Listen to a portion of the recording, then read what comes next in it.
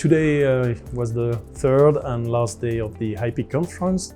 We had a wonderful keynote by Liliana Cucu-Grosjean from INRIA, who told us all the value of the probabilistic analysis for the design of real-time and safety-critical systems.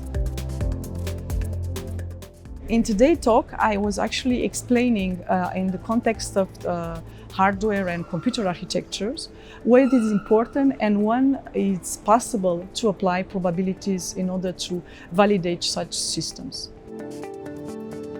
So today was also the EU Projects Day at the HiPEAC conference, and we were delighted to have so many examples of bleeding-edge EU-funded research projects.